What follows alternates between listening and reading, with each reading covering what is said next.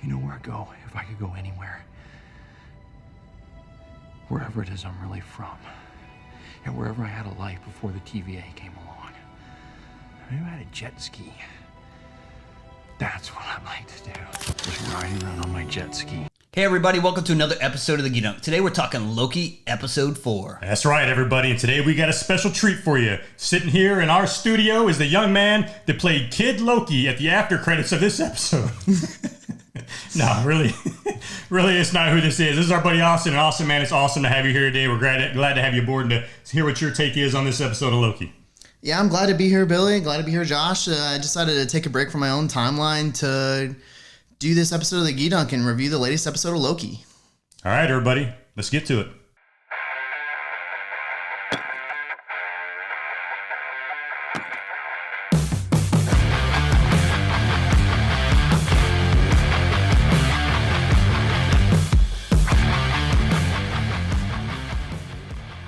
All right, guys, the Nexus Event. Billy, let's get into it. All right, man. So this episode starts off pretty interesting. So it picks up where the last episode finished, but we start off seeing a young Sylvie in Asgard, right?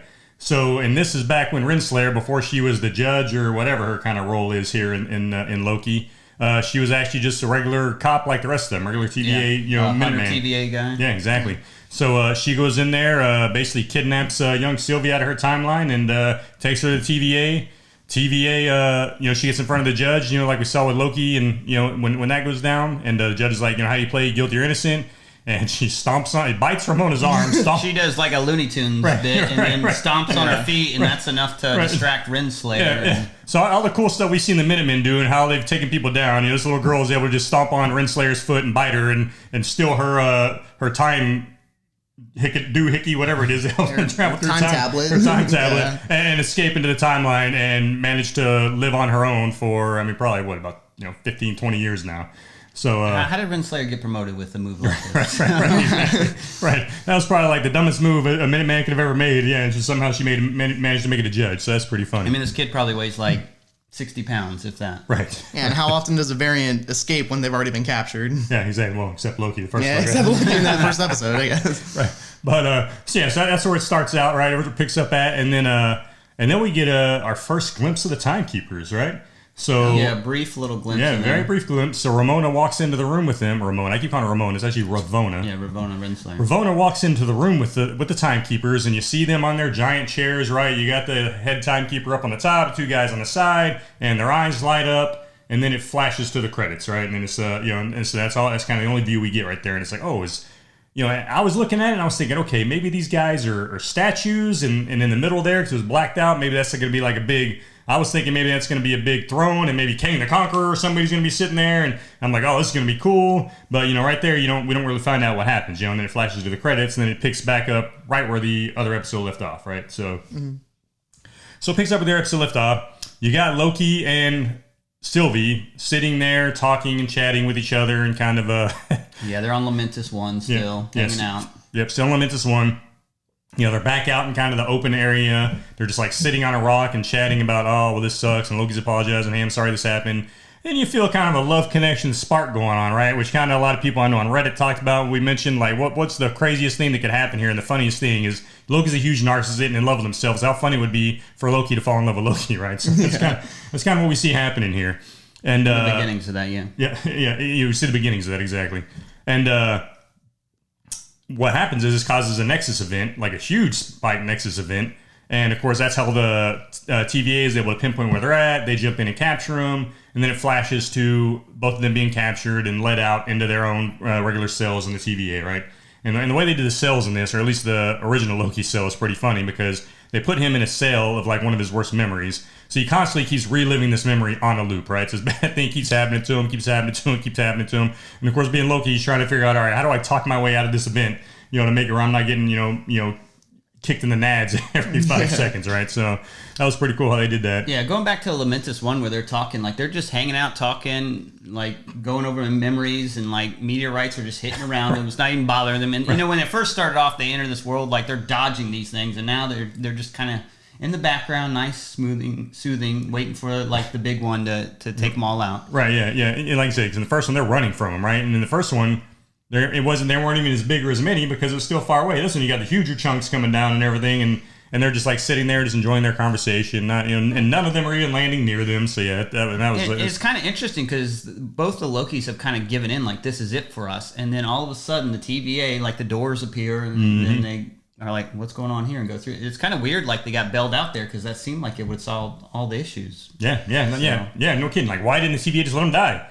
Like, hey, just let these guys die, be done with them. Our pain and headache is gone, and that's it. Yeah, it makes you think they're part of some bigger plot here, maybe with King the Conqueror or something. I don't know. Right, or whoever's behind the scenes. Yeah, because it definitely feels like if they were gonna prune them anyway, which is what it seemed like when they got back to the TVA, that why not just let them die? Because either way, the plan was for them to die, and as far as we know, pruning leads to death. Well, They are interrogating too. Like they want to find something more out with them for some reason. Right. Well, they want to figure out what caused that spike. Yeah, that was their big thing. Like, hey, what happened to cause that spike? Remember, that was Renslayer's big thing. She was like, you go find out what talk to your Loki and find out what happened to cause that spike.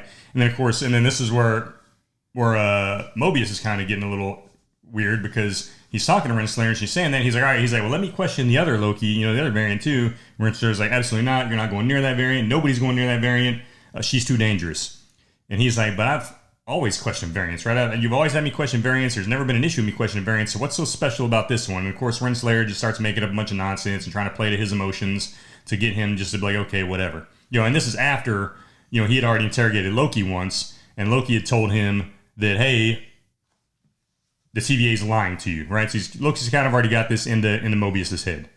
I think even before that, Renslayer has a conversation with Mobius about C20 and what happened with her, because people keep asking, like, hey, what's the deal with C20? And Renslayer's like, oh, her mind is like gone. We had to like get rid of her because she was just done. So, yeah, and that was like the first instance. Like I think Mobius kind of questions like what's going on. Right, that light bulb started clicking on him a little bit because he's like, hey, she was fine when I talked to her. I mean, she seemed a little bit off, but like for the most part, she seemed good to go. Right. Yeah, absolutely. So you've got those two things that have happened that's already kind of throw Mobius off and make him kind of question things that's going on. And then you had B-15, right? The kind of the head of the Minutemen, and she... Yeah, the Hunter teams. Yeah, the Hunter teams. She starts questioning things because if you remember in the last episode, she was actually touched by Sylvie, and Sylvie took over her for a little bit. So, and she helped, so you find out during that little bit of time that she was under Sylvie's control that she had actually remembered some of her old memories. So then, so now she's questioning it. So she goes in there to question Sylvie. She basically kidnapped Sylvie from the TVA and takes her back to the place where she had met her at. And she's asking her, hey, what's going on here? Be honest with me. And Sylvie's like, look, I can't, she's like, did you implant that in my head? And she's like, I can't make up memories. I can just access them. And she's like, well, show me.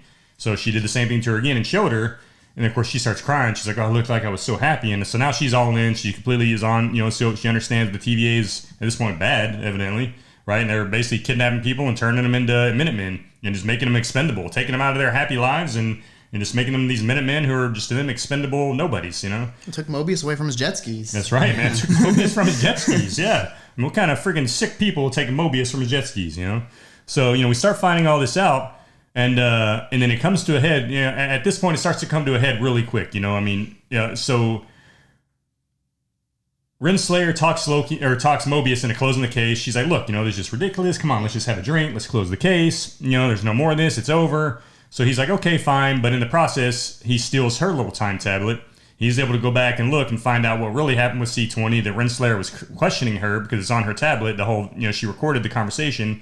And C20 saying, hey, we're all variants. I saw my life before. I was in a bar hanging out with a friend, and we're variants. And and the TVA has kidnapped us all. And at that point, Renslayer kind of steps into the picture, looks into the camera, and then it shuts off. So at this point, Mobius is like, okay, wow, this is crazy. So he frees Loki, and him and Loki come out of the he's bringing Loki back into his office. And at that point, Renslayer meets them there with her goons, other Minutemen who are obviously brainwashed.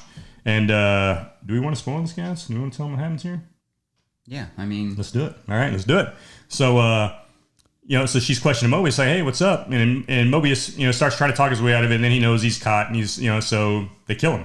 I mean, she gets Mobius with the purge tool and purges him, and he disappears, and of course... This is like a big scene. You don't see this come from here. Everyone loves Mobius. Oh, yeah. He's almost like the star of the show, if you ask me. He brings a lot of comedy to it. He's, like, amazing even in this episode. and there's some big twists and turns going on in this episode. It's just awesome. And then you see like Mobius like bite the dust, and you're like, holy cow. Yeah. And that's not even the end of it. Yeah, it just keeps going. And he was been the highlight of the series for me. Like, he was missing from the last episode, and I definitely felt it. I wanted it. I wanted more of him, and now... Yeah, I wasn't big on gone. the last episode, and I really felt like you're saying the absence of Mobius, but this one, he's on it. Everyone's on their game. Yeah. It's just a great episode, and like shocking to see him go. I mean, this is only episode 4. That's something you might expect in like episode 6 or something like that. So yeah, and well, now it's like, and that's not even the end of it either. Yeah, absolutely. Yeah, so now Starsky and Hutch are no more, right? So you can't have Starsky without Hutch. You know, how are they going to play this out? You know, so now we're like, what the heck? How are you going to finish out this episode without Mobius? You know, it's like, where's that dynamic going to be? You know, and then fast forward more, you know, they ended up taking both, you know, so Renslayer with her goons grabs both variants and takes them before the great timekeepers. Well, I thought that was a mistake of Mobius to give Renslayer the tablet. Like, he could have maybe opened up a portal or a door, and I guess maybe he went all in on this, like, oh, I got the wrong one. Sorry about that, but they weren't more buying she wouldn't have it. No, she wouldn't have it at all. And they killed, like, Mobius pretty quick. They didn't think too much about it. Oh, yeah, she was just prune him. And he's out of here. Prune him and Dunsky. Yeah, they were quick about it. No hesitation. No, that was it was like, wow, you just couldn't believe that happened, you know? Yeah, you just see that, and then they're getting ready to go to the big altercation with the timekeepers, and then like what you think about them, and then you see them. We thought they were a statue earlier, and now they're moving and talking. So you're like, oh, maybe these guys are legit, right? Yeah. And then you find out, you know, so they're talking to him, and if you watch the episode, you might want to turn your subtitles on, because it's hard. It's very echoey when the timekeepers are talking. Yeah, it's hard to hear what they're saying. So we had to actually rewind it and watch it again, because they sound cool, but like you can barely understand what they're saying. Yeah, so you really got to turn the subtitles on to kind of understand what those guys are saying, because there's such an echo in that chamber that they're in, you know, with their robotic kind of voices that they've got going on. But so you know, they bring Loki and Sylvie in front of them, or Sylvie in front of them. And, you know, they're basically saying, hey, you guys are gnats to us. Yeah. You know, what do you got to say before we end you? Yeah, exactly. And they're like, oh, you guys are scared of us. They're like, we're not scared of you, whatever. You know, you guys are nothing to us. And then Sylvie's like, oh, yeah. And she throws a sword at him. Well, at this point, actually, they were like, all right, you know, get rid of him, kill him. And then B-15 steps in, unlocks their collars, and throws Sylvie the knife. So then Loki and Sylvie are fighting off the goons, right? They get rid of the goons. B-15 gets knocked out by a couple of them. Sylvie's fighting Renslayer. She knocks Renslayer out. Loki finishes off the other 2 goons, and then Sylvie takes her sword and throws it at the center, you know, supposedly the big guy, you know, the main timekeeper, and cuts his head off. And what do we find out then? His head rolls downhill. The other guys start laughing for a minute. And then it's like, all right, in program, and you find out they're robots, right? You got just 3 giant robots sitting there. So obviously there's a puppet master, you know, behind these robots, kind of like we were thinking with the whole Wizard of Oz scenario, right? Yeah, Somebody's we behind kind the of curtain. suspected this, and there's more to it. But it was kind of nice to see that the timekeepers weren't just, I mean, they are kind of smoke and mirrors, but at least you kind of get to see how they were able to fool people, and it wasn't just like some guy behind a curtain, even though it kind of is. Right, yeah, but at least they made them cool. They made these big animatronic robots, you know, and of course it's all CGI, but they did a good job. But it looks cool. You know, I thought, okay, hey, they did a good job. I mean, these guys look pretty cool. So I liked how they did that. But now the throne room looked cool with a little red symbol behind it, and, and all the smoke and coming stuff. out. It was really cool. Yeah. It was almost like the Wizard of Oz. Right? So yeah, they did a great job with that. I thought that was awesome. And then you know, so then that happens, and then Loki and Sylvie start talking now. They're like, all right, what's going on? And of course, you know, this kind of they clear out the room, so all is good. And then they're having a conversation. Loki's basically trying to tell Sylvie he loves her. He's like, Loki gets that little twinkle in his eye. Look at that little sparkle. He's looking at female version of himself, and he gets a twinkle. He's like, man, I look so good, don't I? You know? He's like, I've never felt this before. I don't know what this feeling is. I'm feeling this about myself. All right. It's only when I look in the mirror, but somehow when I look at you. So he gets that little sparkle in his eye. He's trying to tell Sylvie how he feels. Like, oh, I've never felt this way there. And he's getting to grab her face. He's ready to go in for that movie kiss, you know. And then what happens? I'll let you say it, Austin. Tell him. Then right out of nowhere, right as he's about to get emotional and start saying his feelings, Renslayer comes up, stabs him in the back, and prunes him, and we see him vanish. So we have Mobius killed, and then maybe like 5 minutes later, Mel Loki is killed dead as well, supposedly. So now it's both Starsky and Hutch are You're dead. like, what is happening? This is only episode 4. We got the 2 main stars pretty much killed. Yeah. So now they're gone. It's like, all right, what are we doing? What's going to happen, you know? So, and then that's pretty And then it kind of ends right there. Yeah. You're like, holy cow, Yeah. what an episode. This is how you do it, and this is how you end the episode. That's right. You know, especially when, you know, because that right there leaves you with so many questions. I mean, we thought we were left questions before. Yeah. I mean, that ending, you're like, holy cow, how are they going to finish this out? They just killed the two main characters, you know? I mean, sure, they can say it's about the other Loki now, I guess, whatever. But it's like, man, but you ain't got no Mobius, you know? You ain't got the Scarsky to the Hutch, you know? Who's going to be her little sidekick now, you know? And so it leaves you with all of these questions. Maybe B-15 or yeah. Whatever. And then Disney goes and screws it up with the after there's credits. An end credit scene, which I think they should have completely left out because it would have made you like wonder like what is going on here. Instead, they give you like this big shock and surprise, and then like 2 minutes later, they kind of ruin that, if you ask me. Yeah, they totally ruin it. So, you know, flash forward after the credits, you see Loki laying on the ground, and he's kind of waking up like he's been stunned. And he's looking like, around. Am I in hell or what's going on here? Yeah, it says, what? He's like, am I dead? Am I in hell? And then you hear this voice, not yet, but if you don't come with us, you will be.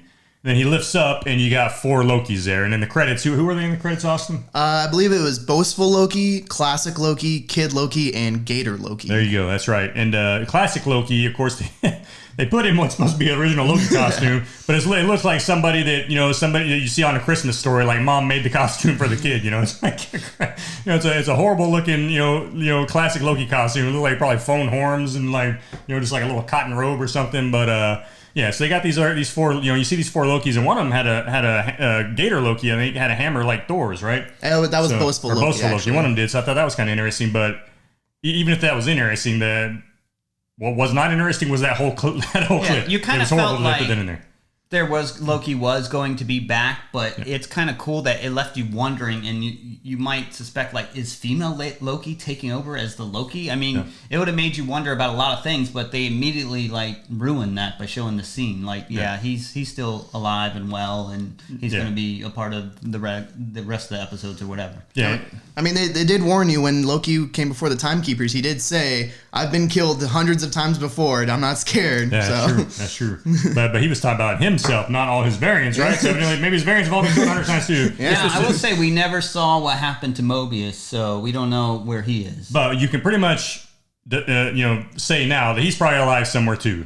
For the time being, anyway. I mean, if the purging or whatever they call it, the pruning sends them somewhere else to die, then obviously Mobius probably ain't dead yet. He's probably at some other spot, and I guarantee we'll probably see more of him. And I hate when Marvel does this because a lot of these Marvel movies lack weight, like any suspense that something could happen to these characters. Yeah. Then this one, they show you something can happen, and they immediately like renege it. Yep. And I'm like, oh, why'd you do that? That was especially horrible. So quick, and especially such a good episode, man. This episode was just great. We're like, yes, we're feeling it. We're like, man, this is awesome.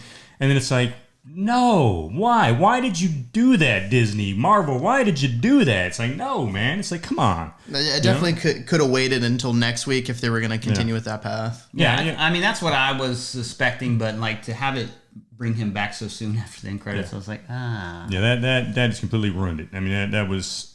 took it from like way up here to this great high, and all of a sudden they just brought you way down. It's like, God, you didn't need to do that. All right, so what do you guys think about the episode as a whole? What do you rate it? What do you think about it? Final thoughts. The episode as a whole, this is probably my favorite episode so far in the series. I mean, there's probably it is. This is my favorite episode in the series. I would easily give it a 9. Easily. I mean, I'd say this for the series so far. This might even be a 10 as far as the episode itself went down. You're killing off major characters. And it was awesome how they did all that. I was like, man, this is what we need. This is what we're hoping to see in a show. Some good people, some good characters dying here. Let's give us some more of this. Let's find, get this story moving. And then they go and ruin it with that after credit, man. So I'm like a 9 or a 10, with the episode itself. But then that after credit probably dropped it down to like a 5 or a 6, at that point. Because I mean, maybe even lower than that. Like that just killed me. I was like, man, come on now. But I mean, the episode itself was fantastic. All right, what do you think, Austin?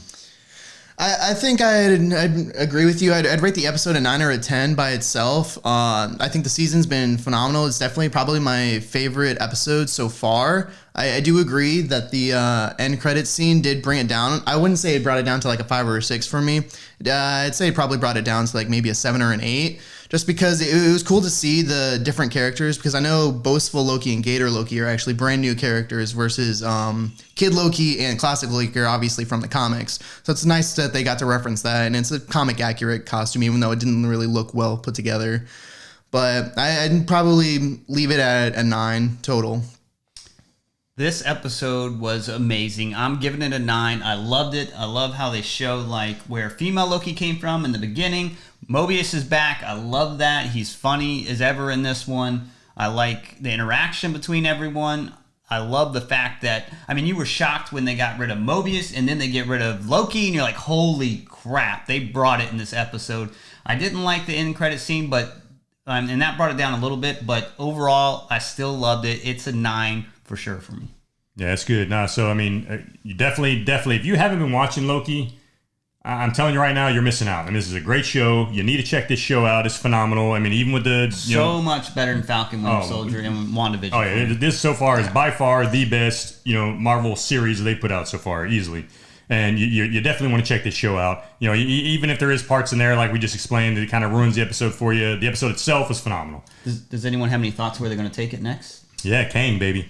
I'm telling you, I think it's gonna be Kang the Conqueror. They definitely seem like they're setting up for it. Yeah, I think so. Like you were mentioning earlier with the whole Wizard of Oz thing, like it kind of begs the question of when the robots were actually found out, or the timekeepers were found out to be robots, brings up that question of who's actually made them, like who's controlling them, and my guess is also Kang as well, especially because when looking at just the way the timekeepers look, they look very similar to how Kang the Conqueror looks in the comics. Like, it almost looks like they resemble him, and they were built based off of how he actually looks. I didn't think about that, but you're right. Yeah. And Kang, as we all know, I mean, his name is Kang the Conqueror for a reason, because he goes through timelines, conquering timelines. This guy can go through time and space and teleport himself pretty much anywhere he wants to go, right? So, I mean, that seems to me like the most reasonable answer right now is who it could be. Yeah, I just hope they end this series on a high note, because right now, I mean, it's been great, so I hope it doesn't fall flat in the end and make me second guess it. Kind of like WandaVision. I like that show too, but the ending fell flat for me, so I hope this one doesn't do the same. I'm looking forward to it. We got 2 more episodes, so a lot can still happen. That's right. All right, guys. Well, Austin, it was awesome having you here today, man. We appreciate you coming and joining us. And everybody, as always, man, we hope you enjoyed it. If you did, or even if you didn't, and you got some stuff to say that maybe we didn't hit, or that you just disagree with us in, hit us up in the comments and let us know, because we'd love to hear from you guys. And also, if you enjoy watching us, hit like and subscribe. And until then, we'll catch you at the next episode. See you guys. See ya. And the I can't say it now. And the after credits of Billy the episode. loves making bloopers. I said, well, today we got special guest Austin. Say something, Austin. It's me. I'm Austin. He doesn't get it. Yeah. We don't use titles like that around here. All right. We're all just very. Does he look like Kid Loki?